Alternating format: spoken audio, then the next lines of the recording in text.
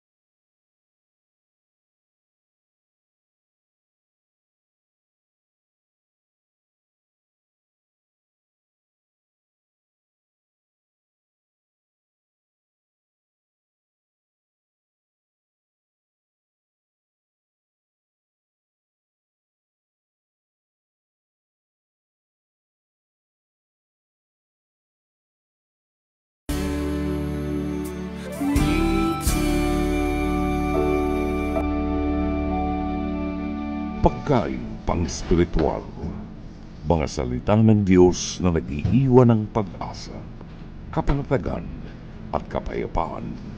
Pagkain pang-spiritual, hango sa bagong tipan ng banal na aklat. Pagkain pang-spiritual. Narito ang mabuting balita sa araw na ito ng Huwebes, 23 ng buwan ng Mayo. Today is the feast of our Lord Jesus Christ, the eternal High Priest. At ang Ebanghelyo ay matatagpuan sa 14 na kabanata ng Ebanghelyo sangayon kay San Marcos, talata 22 hanggang 26. Habang kumakain sila, si Jesus ay dumampot ng tinapay at nagpasalamat sa Diyos. Pagkatapos, kanyang pinaghati-hati ang tinapay at iniabot sa kanyang mga alagad. Sinabi niya, "Kunin ninyo ito. Ito ang aking katawan." Dumampot din siya ng kopa at matapos magpasalamat sa Diyos, ay iniabot din niya yon sa mga alagad. At uminom silang ding Diyos. Umawit sila ng isang imno. At pagkatapos ay nagpunta sila sa bundok ng Olibo.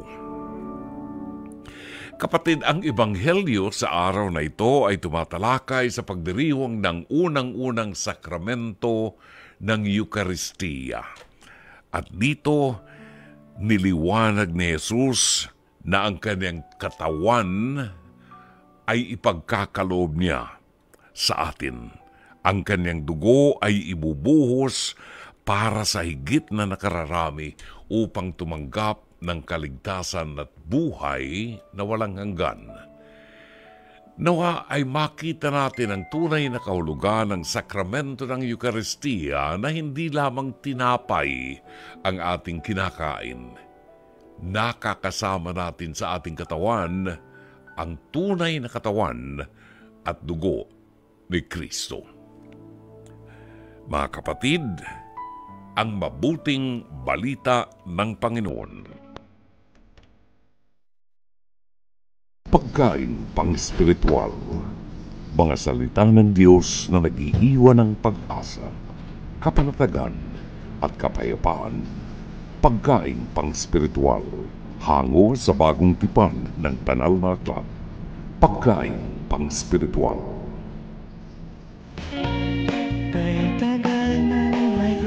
Alright, 9:46 para meron tayong mahabang kwentuhan at para makuha natin ang reaksyon ng ating mga tagapakinig. Itatampok po natin ngayong gabi ang itinampok na episode, bahagi ng itinampok na episode sa programang Face to Face na napapanood po mula Lunes hanggang Biyernes, alas 11 ng umaga hanggang alas 12 ng tanghali sa TV5. At syempre, meron po itong replay sa alas 8 ng gabi hanggang alas 9 sa Signal TV 1PH. Sa programang ito, kasama ho natin si Carla Estrada, si Alex Calleja, at syempre ang trio tagapayo, si Dr. Camille Garcia, Attorney Lorna Kapunan, at ang inyong lingkod, Brother June Banaag po, Dr. Love, ng programang Dr. Love Radio Show, dito sa 92.3 Radio 5 True FM.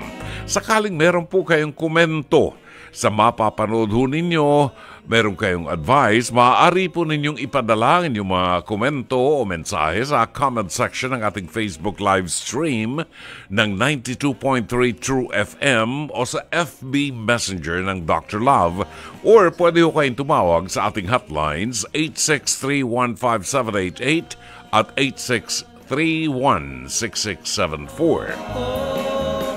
Narito at atin pong panoorin ang episode na ito ng ating face-to-face hirit ni Dr. Love. Ano ba ang title ng ating face-to-face?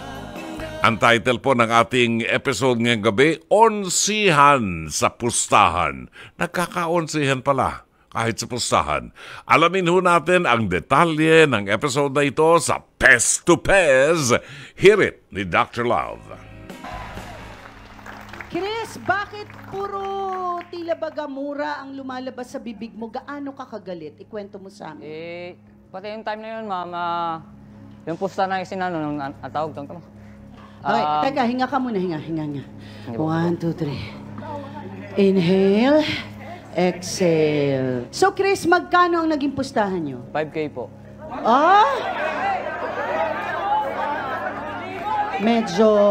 Medyo nakaka-bad trip ngayon. Medyo malaki. So, pagka ganito ba, magkano, ilan ang gamer? Bali, apat Gamer po. ang tawag dyan, di ba? Opo. So, apat kayo. Apat po kami. Bakit naging 5,000? Eh, yun po yung pusta lang ang sinabi sa kabilang grupo po kami. Ah, merong Na bali, sa kabilang grupo din, 5K. 5K. So, bali 10K. 10K. Bakit 5K lang yung panalo? Eh, yung nakajobit po lahat ng pusta, pati yung sa kalaban, pati yung sa amin, nakajobit po. Oh, Siya po may hawak ng pusta. Talaga. Ah, so may ganun pala talaga. Merong naghahawak. Anong nangyari nung sinisingil mo na si Jobert ng panalo mo? Ang sinasabi po niya, ma'am, na sinid daw niya sa akin sa, sa e-wallet. Eh, sabi ko naman, wala po ako nare-receive. Tapos ngayon, pinupuntahan ko po siya sa bahay nila.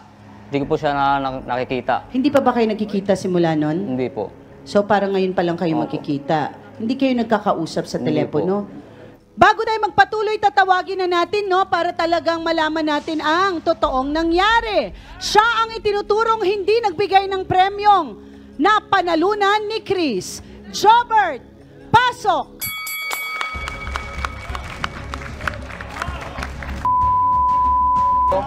Suntukan tayo dito. Ano? Sinungaling ka. Nangyari? Hindi mo ba talaga nabigay yung 5,000? Nung nanalo po sila, ma'am, sinend ko po sa kanya. Nagiinom pa po siya. Tapos kinabukasan, binuntahan niya ako sa bahay. Sinabi niya sa akin na hindi ko pa daw nasisend. Pero nung sinend mo yon sa e-wallet, meron Pinapakita ko po sa kanya yung resibo, yung reference po. Opo. Binasag niya yung cellphone ko. Sa amin mamaya? Wala na nga po yung cellphone ko, binasag niya eh. Yung pinapakita ko sa kanya eh. Oh, binasag mo yun. Gagawa natin ang paraan. Binasag mo yun. Hanggang ngayon, kasi palaisipan kay na Chris, bakit saan napunta yung premyo? Kung sinasabi mo na pinadala mo, dapat, tama ba? Meron yan sa tindahan ba? O may screenshot? Meron po yun, ma'am. And everything. Okay, bakit mo sinabing sinira na yung cellphone mo kaya hindi ka na wala ka nang napakita? Pinapakita ko Nagpang-abot nga po na eh. ba kayo?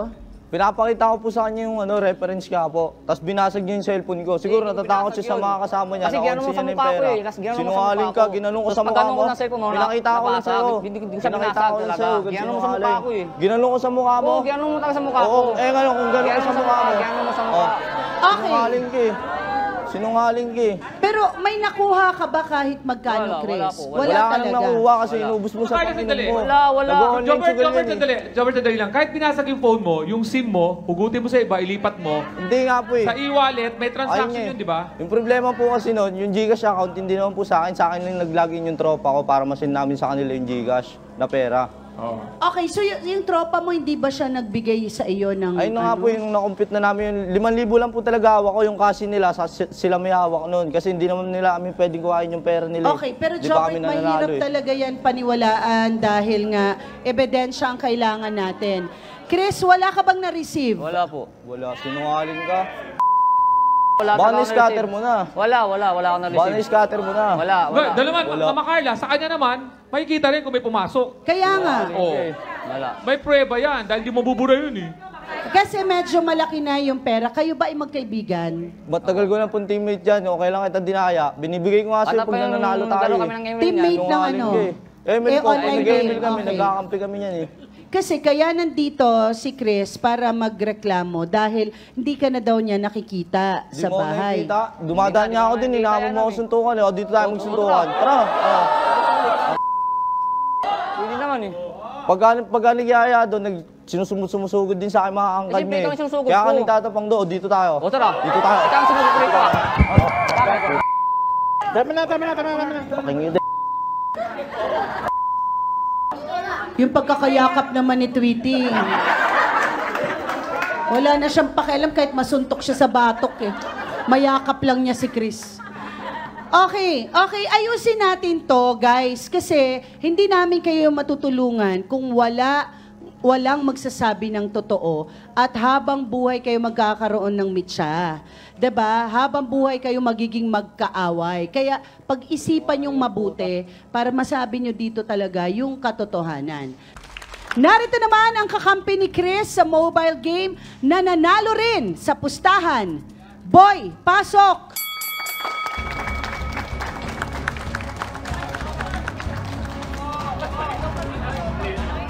Akala ko, Hindi nabigay din ang panalo sa iyo, boy. Hindi po. Kailan na ba nangyari to na nagkakaganito kayo? April 15 po. Eto lang, ha? Okay, itong buwan lang ito, Jobert. So, iba naman ang kay Chris, iba na yung kay Boy Opo. na panalo. Magkano sa'yo? Yung ano Panalo mo? po, yung 1,000 lang po. 1,000 naman Opo. sa'yo. Hindi rin nabigay, Jobert? Di ko nakalaban yan, yung isa po. Isa po. JR. Oo, pero sinong sinisingil mo? Yung parehas po dalawa sila. Kasi yung Emil na po yun, may pusta po kasi yun eh. Nakalaban mo ako? Di ba yung sa Emil, di ba? Sinungaling ah. May Ayun pusta yung ako kalaban doon. mo. May pusta ako doon. Pusta. O, nasa yung pusta. May pusta ako doon sa libo. Pusta, ayun yung kalaban mo. Ate-ate nga tayo, di ba? Ate-ate, kailan tayo naglaro? April 15? Yung, Nasa yung apat trabaho tayo, ako yung nun. April 15. Hanggang Sinungaling. Okay, gusto ko lang malaman, ano ba ang iba niyong trabaho bukod sa pag-online game? Pintor po ako, ma'am. Ikaw?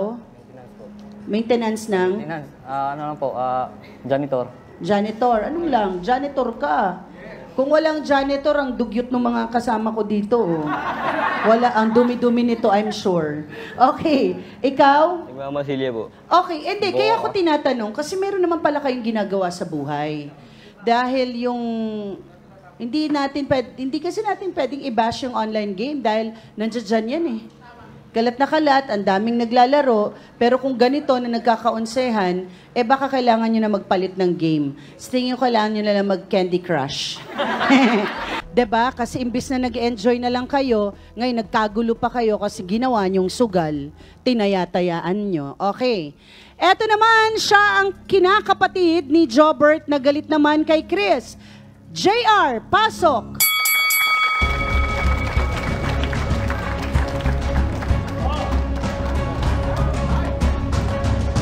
Yes, JR, bakit galit ka naman kay Chris? Anong problema? Ma'am, kasi nung si Chris, ay si Jobert po, nagsusumbong po sa akin siya na lagi daw po siyang inaabangan ni Chris doon sa labasan. Kasama niya lagi mga kamag-anak ngayon po, niya pag nagyayaya sa akin eh. Kinumpronta ko siya, ba't niya inaabangan? Dahil doon pala doon sa sugal, sa online game na ML. Ngayon, kinumpronta ko si Jobert na, ba't ganun? Ngayon, pinagtanong-tanong ko sa lugar na namin, binubuli din po pala niya anak ko. Sa pangunguna ni Dr. Love. Thank you, Mama Carla. Obviously, merong itinatago dito or may nagsisinungaling. Kasi parehong nawala yung ebidensya. Saan tayo? Sinong paniniwalaan natin? Wala silang dalang evidences. Kasi nabasag yung cellphone, nawala yung isang cellphone. These days, ang hirap mabuhay ng walang cellphone, di ba? Paggising mo pa lang sa umaga, cellphone na yung kukunin mo, di ba? Lalo na kung meron kang online game. Exactly. Kasi addictive yan. Oo. So, pag hindi tayo nagsabi ng totoo, wala tayong kakahinatnan, no? Matatapos tayo ng ganun din. At itong values na ito ang itinuturo ng mga magulang natin sa atin. Yung honesty. Ngayon, sa edad nyo yan, mga bata, bakit hindi kayo mag-isip ng mas productive na mga bagay na pag-aaksayahan nyo ng panahon na maaaring kumita kayo? Hindi lamang dito sa sugal. Kaya nga yung sugal, ipinagbabawal ng gobyerno natin kahit ng simbahan dahil immoral ang sugal. Nahuhuk kayo hanggang magsanla na kayo ng bahay at lote nyo, kotse nyo. Magsisimula sa ganyan, boy. Ilang taon ka na, boy? 20? 19. Mag-isip tayo ng ano, ha? Ng mga bagay na mas productive kesa dyan, yung legit na pagkakakitaan natin, na po pwede natin itaas ang noo natin at sabihin natin, pinaghirapan ko yan. Hindi yung sugal, no? Walang kahihinat na ng sugal. Maniwala ka, hindi kayo yayaman sa sugal. No? Kung ako nga hindi nagsusugal, hindi pa yung mayaman di lalo na yung nagsusugal. Gumawa na lamang tayo ng mga mas productive na mga magagawa natin. Nakikita tayo na legit. Ha? Lalo kung magkakaroon kayo ng kanya-kanyang pamilya. Tigilan na muna yung pagsusugal na yan. Kasi away lang yan. Tignan nyo, ang pangalan to si Jobert, hindi siya makalabas. For fear na inaabangan siya ni Chris. O sabi naman ni Chris, hindi kita inaabangan. Wala na, naglukuhan na tayo, paikot-ikot na lang yan. It becomes a cycle. And this is a sign na hindi maganda ang takbo ng buhay nyo. hindi magandang takbo ng buhay nyo. So, umisip tayo ng mga bagay na productive na ipagmamalaki ninyo. Hindi yun sugal. Maraming salamat, Mama Carla. Maraming salamat, Dr. Love. Maraming salamat din sa iyo, Mama Carla. Palitan, ano? Maaari kayo magpadala ng inyong mensahe sa ating programa hinggil po dito sa ating Pest to Pest. Hirit ni Dr. Love. Pwede niyong ipadala ang inyong mensahe sa comment section ng ating Facebook live stream, 92.3 True FM, o sa FB Messenger ng Dr. Love, or pwede kayong tumawag sa 863-15788 at 8631-6674. Tumpak na oras, ganap ng alas 10 ng gabi. Alright, maraming salamat. 14 minutes after 10 o'clock. Ang inyo nadinig po ay awitin ni Lou Rawls, Pure Imagination. Isa sa mga paborito nating awit. Gusto ko yung beat niyan talaga. Alright, narito ang komentaryo ng ating mga tagapakinig, mga suki ng mga Dr. Lovers natin, buhat kay Lance Abilion, ang ating spoken word artist ng Sampaloc, Manila. Sabi niya, Brother June, napanood ko po ang episode ng Face to Face kanina. Ang comment ko lang po, kung ang online games lang at pera ang magiging rason para mawasak ang isang pagkakaibigan, itigil na lamang ang pustahan at ang online gaming. May iba naman kasing paraan para kumita ng pera. Walang panalo talaga sa sugal. Ewan ko. Kanina, isa sa mga cases namin kanina sa face-to-face, sugal din. Ay, nako, kung nakita niyo mga nanay na ho yun, 4 na nanay yun, nagmumurahan sa national television, nag-aaway, lahat ng hindi magandang makita ng mga bata, ng mga anak, nakita namin kanina on national television. Talaga naman. Anong values ang ituturo natin sa mga anak natin? Si Sherry Picho ng Seattle, Washington ay nag-text, sabi niya, very heartbreaking to see our youths focus right now. Imbes na maging productive at mag-isip kung papaano mapaunlad ang buhay nila, walang magandang idudulot ang mga sugal at masasamang vices. Salamat po. Totoo yan. Paano? Ewan ko ba? Nagkalat ang pogo dito sa Pilipinas. Di ba? Pagkatapos, yung panahon ng inyong presidente, wala. Lahat na halos ng residente ng China pumasok dito sa atin, di ba? Takot na sugal yung pumasok dito sa atin. Yan ba ang ituturo natin sa ating mga anak? Bueno, narito ang ilan sa mga nagpadala ng mensahe sa ating programa. Maaari po kayo magpadala ng inyong liham kasaysayan kung sakaling meron po kayong meron kayong problema na gusto nyong idulog sa ating palatuntunan. Maaari kayo magpadala ng inyong liham kasaysayan o maging bahagi po ng programa natin. Anumang kwento meron kayo sa buhay. I-email po ninyo sa ating email address, drloveradio5@gmail.com, or pwede ho kayo mag-message sa Dr. Love Facebook Messenger, or pwede ho tumawag sa ating hotlines sa 8631-5788 at 8631-6674 para po sa ating live counseling. O yung mga Dr. Lovers natin, kagaya ni Roberto Ignacio ng Pasay City. Sabi niya, sobrang excited ako ngayon, Dr. Love, kasi makikita ko ulit yung kaibigan ko na si Olivia Rodrigo sa personal kapag nasa Maynila na po siya. Salamat po. Present po ako palagi sa Pasay City, tuned in via True FM TV. Maswerte itong batang to, no? Si Roberto Ignacio, ang daming mga artistang kakilala siya. Personal friend niya. Sana ako nga. Ako, wala akong kilalang artista eh. Si Gina Pareño. Richard Merck, Dulce. Si Sharon Cuneta. Ano pa? Sino pa? Si Dolphy. Namatay na si Dolphy. Iyon. Amadeo Giorgio Gonzalez na ngayon po nakikipagkompetensya na rin sa Tres Marias ng Dr. Love, kina Marivi Viola, Myra Bulisaili, Elizabeth Villa Gonzalo sa pagula sa titulo ng mga pinapatugtog nating mga awitin.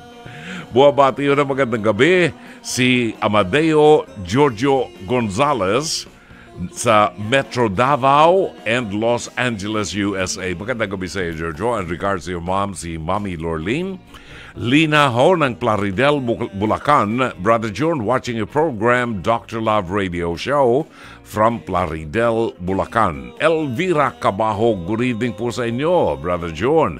Watching your Dr. Love Radio Show right now. Greetings to all Dr. Lovers. Si Marvin Zandro Riabad, good evening, Brother John, buhat sa North Caloocan. Buwabati rin si Shari Picho ng Seattle, Washington, Lance Abelio ng Sampaloc, Vicky and Cabo, Joe Fox Dokit.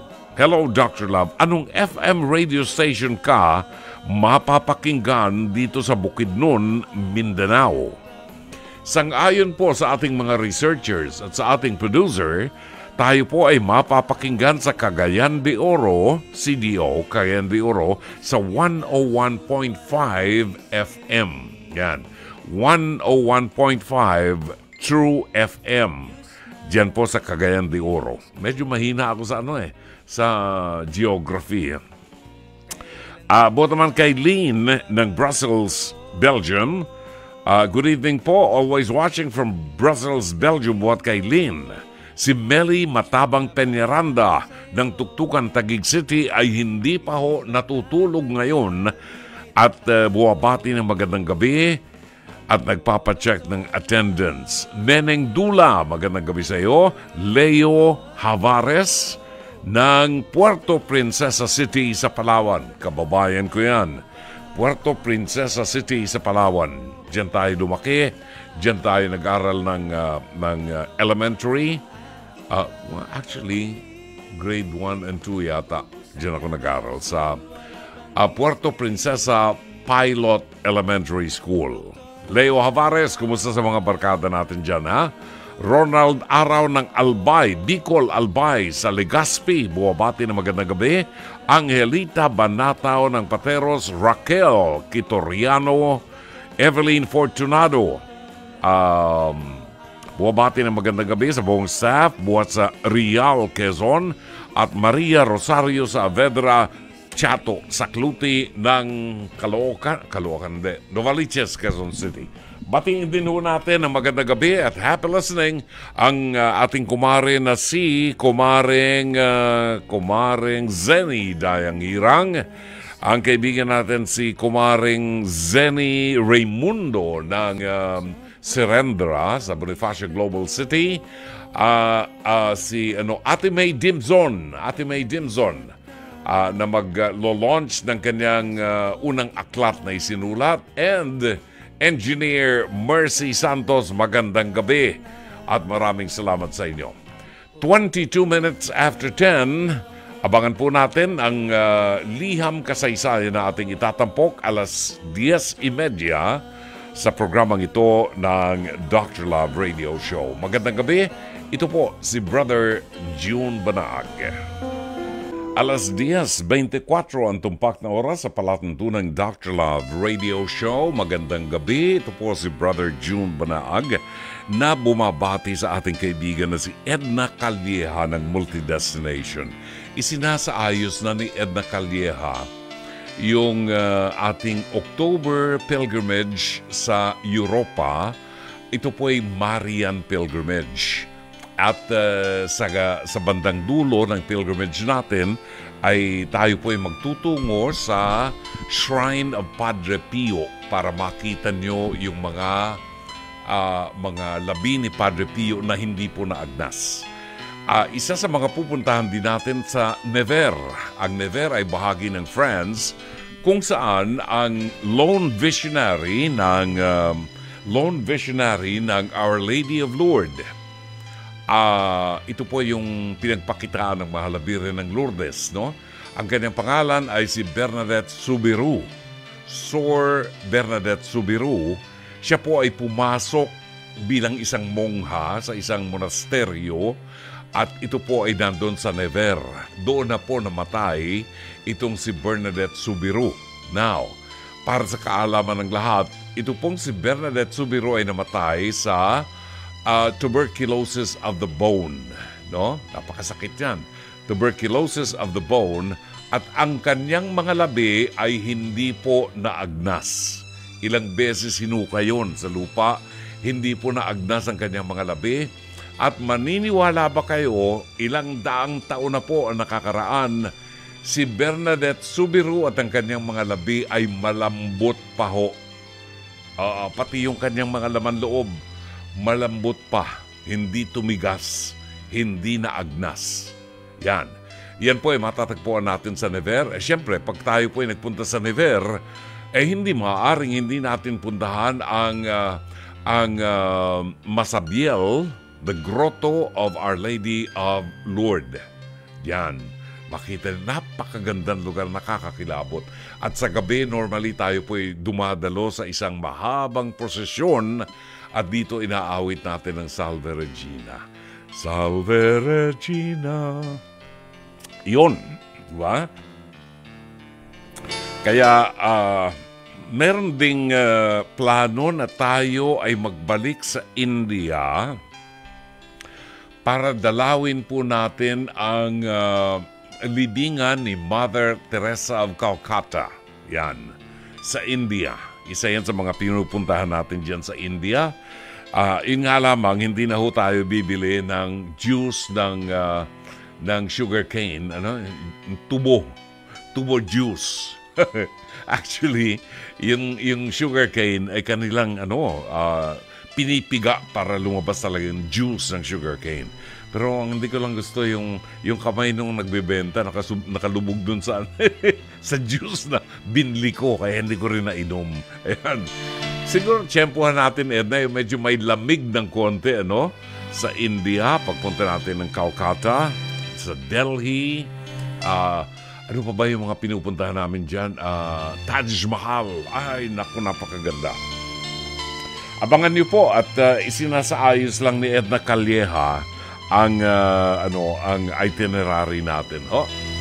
Alright, 28 minutes after 10 ang tumpak na oras sa programang Dr. Love Radio Show. Sakali man po na meron kayong mga problema na gustong idulog sa ating palatuntunan, maaari po kayong magpadala ng inyong liham kasaysayan. Not necessarily problema, baka meron lang kayong kwento na nakakatawa o kakaibang istorya, po pwede ho ninyong ipadala yan at i-email sa ating email address.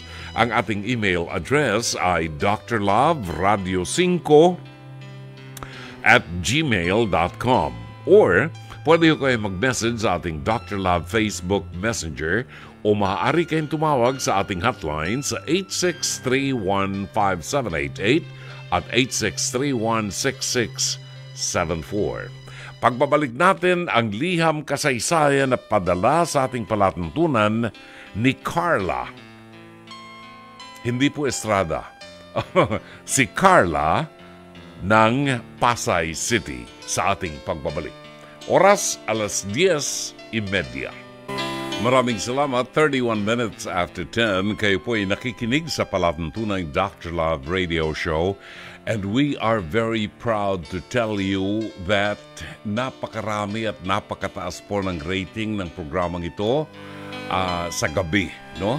Kaya nagpapasalamat po kami sa lahat ng mga regular na mga nakikinig sa ating programa at sana po ay naaaliw kayo o nakakapulot po tayo ng mga aral sa buhay. Alam nyo, yung rating na yan, mahalaga po sa amin. Kapag nakita namin mataas ang rating ng programa, mas lalo po kaming ginaganahan na mag-exert pa ng effort. Okay, isa sa mga, naalala ko lang, isa sa mga, meron ba tayong number dyan ni Edna Calleja? Isa sa mga lugar na pupuntahan natin, bukod doon sa nabanggit ko sa Never, para po sa buwan ng Oktubre ito, yung Marian pilgrimage natin, no? Bukod sa Never sa France, magtutungo po tayo sa Paris, France, kung saan matatagpuan natin ang miraculous, kung saan naganap ang miraculous medal. ang pagpapakita ng Mahal na Birhen Milagrosa or Miraculous Medal dyan po sa Paris, France, no? Rudobac. And syempre, since nasa Paris, France na tayo, pupuntahan po natin ang fully renovated and restored Notre Dame Cathedral. Ito po yung nasunog ilang taon na nakakaraan, no? Ito po ay kanilang isinaayos at na-restore po nila ang Notre Dame Cathedral. Isa po ito sa ating mga pupuntahan, no? Ang ating date ng Marian Pilgrimage natin is October 5 hanggang 21. October 5 hanggang 21. Pakitawagan na lamang po si Miss Edna Calleja for further information if you're interested. Sumama kayo para makapagkwentuhan po tayo. 0925-752-2230. Ulitin ko po. 0925-752-2230. Mag-inquire na kayo kahit ngayon ho. Pwede kayong tumawag or mag-text kay Miss Edna Calleja at tutugunan po niya ang inyong katanungan. Alas 10:34, tungay natin ang liham kasaysayan, padala sa ating palatuntunan ni Carla. Dear Dr. Love, ako po pala si Carla. Tagapasay po ko at madalas makinig sa inyong programa. Madalas, kasama ko po ang aking mga kaibigang kapwa kasambahay kapag nakikinig sa inyo. Sa oras niyo lamang po kami kasi available na magsama-sama. Dr. Love, natutuwa po kasi talaga kaming mga tagapakinig mo at napapasaya po ninyo kami sa bawat payo nyo, lalo na po sa Pest to Pest. Nadadala rin po kami sa gigil nyo kapag medyo nakakainis ang ginagawa ng mga nagrereklamo o mga nagsusulat sa liham kasaysayan nyo. Hindi po alam ng mga kaibigan ko na sumulat po ako sa inyo at kung sakaling mabasa nyo po ito, sabay-sabay po kaming makikinig. Gusto ko po sanang ilapit sa inyo ang problema ko. 4 po kaming magkakaibigan. Lahat po kami kasambahay dito sa Pasay at alam niyo po ba kung ano po ang pinagkatulad naming 4? Iisang lalaki ang gusto namin. Noong umpisa, parang masaya lang, sabay-sabay kaming kiligin sa tuwing makikita namin ang lalaki na crush namin. Nagsasabihan ng mga chika sa tuwing isa sa amin ay makikita siya kung saan man. Pero nang malapit na ang isa sa kaibigan namin doon sa lalaki, para bang nag-iba na ang samahan. May mga ilangan na, para bang may tampuhan na rin. Ako sa sarili ko, Dr. Love, alam ko na talagang handa kong gawin ang lahat, mapansin lang ng lalaking yun. Siya po kasi ang ideal guy. Habang ang iba sa mga kaibigan ko, alam ko namang di ganoong kaseryoso ang pagkakakrush doon sa lalaking yon. Pero itong isang kaibigan namin na nalapit sa lalaking pinagkakaguluhan namin, nagulat kami. Kasi itong hindi masyadong nagkukwento at nakikikinig sa amin, yun pala, siya itong ginagapang na ang lalaking gusto namin. Kumbaga, siya itong pinakatahimik. Pero siya pala itong gumagawa ng kakaibang hakbang. Ngayon, nasama pa rin siya sa amin pero ramdam namin na naiilang siya sa amin kasi alam na namin na nagkikita sila ng palihim ng lalaki. Inassume na rin namin na sila na nga.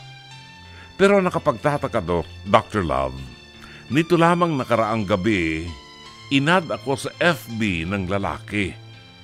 Siyempre, iba ang saya na naramdaman ko pero napaisip din ako kung sila na, bakit i-add pa ako?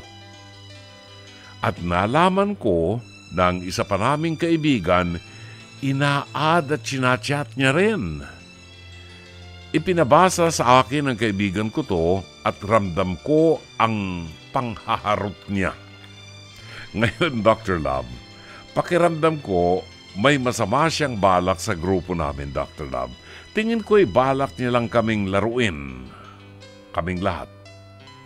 Sinabi ko ito sa mga kaibigan ko pero hindi sila naniniwala at willing silang mag-take ng risk na makipagharutan din sa lalaking yon. Dr. Love, gabi-gabi walang palya ang pakikinig nila. Namin. Sana po mapayuhan niyo kami.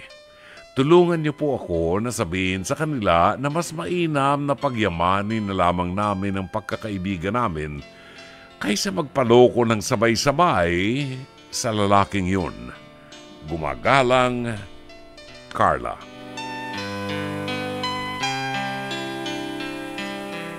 Maraming salamat sa iyo, Carla. Ay nako, alam nyo, kami mga lalaki, kahit itanong nyo kay Roma at kay Direk Shake, kahit anong bait namin, huwag nyo kaming tutuksohin kasi mahina ang puso namin. Madali kami matukso. Diba? Lalo na kapag alam namin na patay yung babae sa amin. Oh. Yan ang yan ang iniiwasan namin. Kami yung mga ganitong hilat siya ng muka.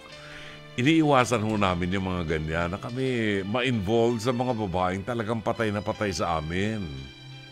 Ayaw ho kasi namin na matukso kami. Yan.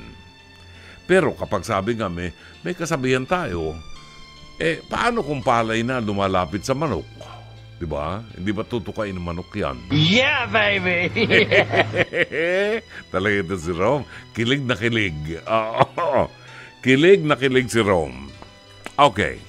Well, una sa lahat, Carla, gusto kong pasalamatan kayong 4 na magkakaibigan na palaging sumusubaybay sa programa natin. Sana may napupulot kayong aral sa ating programa. Isang bagay lang ang gusto kong sabihin. Naging kultura nating mga Pilipino na ang mga babae ay nililigawan. Ang mga babae ang nagpapakipot. Yan. In love na, ayaw pang iparamdam. Super kilig na lang kapag tumalikod na yung lalaki at saka lang kinikilig. Diyos ka.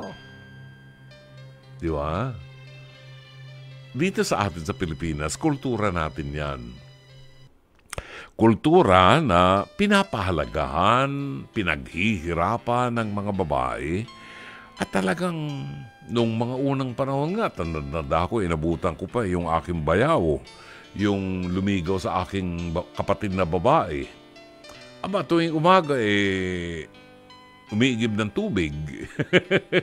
Oo.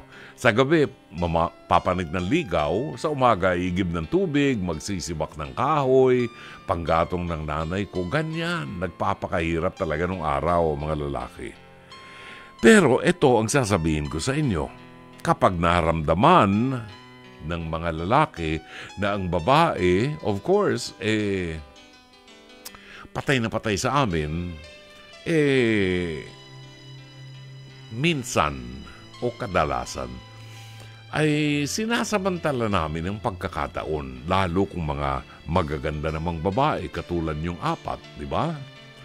Ang sa akin lamang sana, Carla, sana'y hindi masira ang inyong pagkakaibigan na 4 dahilan lamang sa isang lalaking hindi naman ninyo po pwedeng pagsalusaluhan.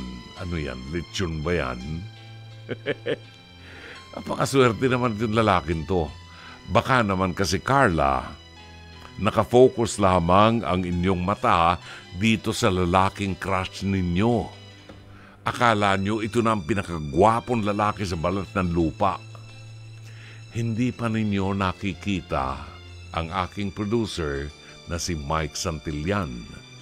Kung makita niyo si Mike Santillan, ang height niya na 5'8" ka ba? 5'9", no? Matipuno ang pangangatawan, magandang lalaki.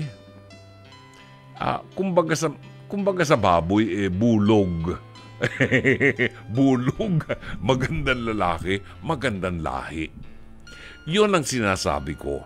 Huwag masyadong pakakatuon ang pansin sa iisang tao, sa iisang lalaki. Bigyan niyo ng pagkakataon na makilala din kayo ng iba, makipagkaibigan kayo sa iba, para hindi kayo nag-aagawan sa isa. Kasi, pihado masisira ang pagsasama nyo, masisira ang pagkakaibigan nyo, and for all you know, baka hindi seryoso sa inyo itong lalaking ito. Anong dahilan at inad kayo na friends sa Facebook? Anong dahilan na inad niya kayo na maging kaibigan? Di ba? Matagal na ba kayong magkakilala? Sa tema ng kwento mo, hindi naman kayo talaga matagal magkakilala, kundi palihim lang kayong umiibig at nagkaka-crush dito sa lalaking ito. Baka natunugan itong lalaki na may gusto kayo sa kanya at na-flatter siya at gumagawa siya ng paraan para makapamili sa inyo. Hindi ko naman gugustuhin yon kung akong babae na pagpipilian kami. Kasi seryoso ang pakikipagrelasyon at mahirap kung 4 kayong babae na nangangarap na makarelasyon ng isang lalaki. Paano yon? Hindi naman po pwedeng 4 kayo na makarelasyon niya. Napakaswerte naman niya. Di ba? Hindi naman ako papayag ng ganun na isang lalaki, 4 na babae yung kanyang makakarelasyon. Talo naman kami. Di ba? So, hindi tama. Magiging dahilan lamang para magkagalit kayo na magkakaibigan at sayang ang inyong pinagsamahan. For all you know, hindi naman talaga kayo gusto nitong lalaking ito. Baka gusto lang kayong mabiktima. Etong mga panahon na ito, nakakatakot, di ba? At alam natin yan, maraming mga nagpapadala ng liham kasaysayan dito na ang kanilang pagkababae nakukuha kaagad ng mga lalaki na nagte-take advantage sa kanila.